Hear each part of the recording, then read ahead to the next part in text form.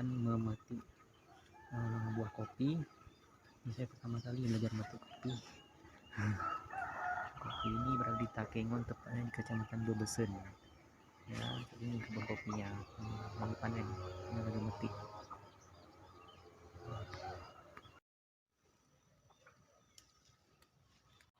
Buah kopi. Dia kopi yang dipanen ini harus warna merah seperti ini ya, ini untuk dipanen. Ini buah kopi sudah siap panen.